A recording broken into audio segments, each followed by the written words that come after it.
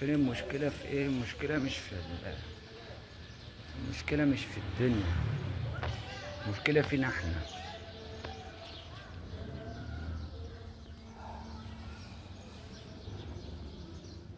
بقينا أعوذ بالله من الزمن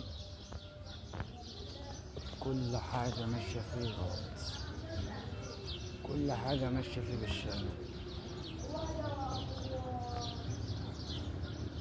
تعال تعال يا ترمس، خد اقول لك، تعال يا بابا، تعال عشان هنجيب حلويات.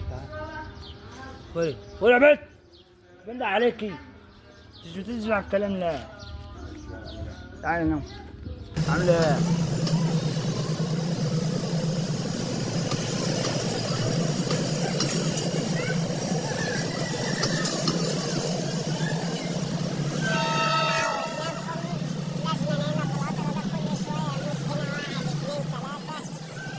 زي الفل وايامكم جبسوا ان شاء الله باذن الله.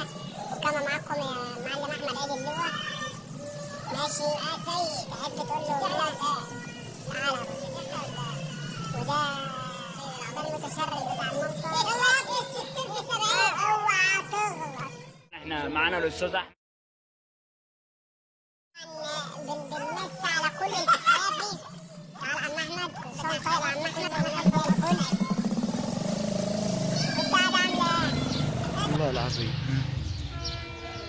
كل حاجة بقت ماشية غلط، هذا العوض من العوض. أنا حاجة من ضمن اللي اتعلمتها،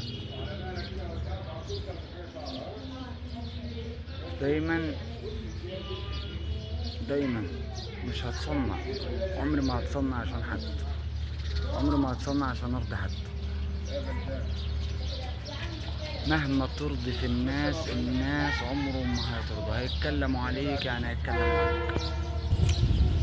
او شاف اللي انا شفته، يعني كان زمانه دلوقتي في عدد البتنجان. صراحة احنا بقينا في زمن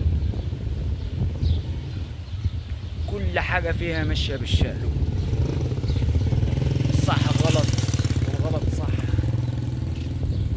والكذاب صادق والصادق كذاب، كل حاجة صراحة يعني. عشان كده الواحد ما بقاش عارف الزمن ده مين الكذاب ومين الصادق، مين الصح ومين الغلط. عشان كده احنا دايما بنقول يا مولانا تولانا.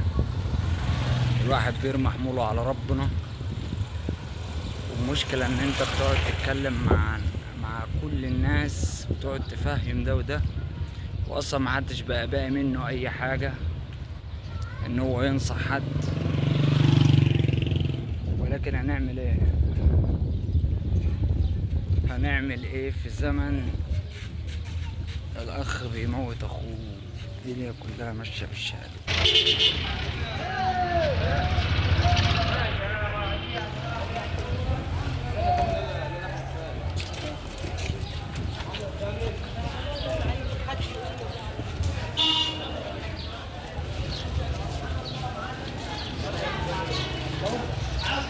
بنقول يا مش عارف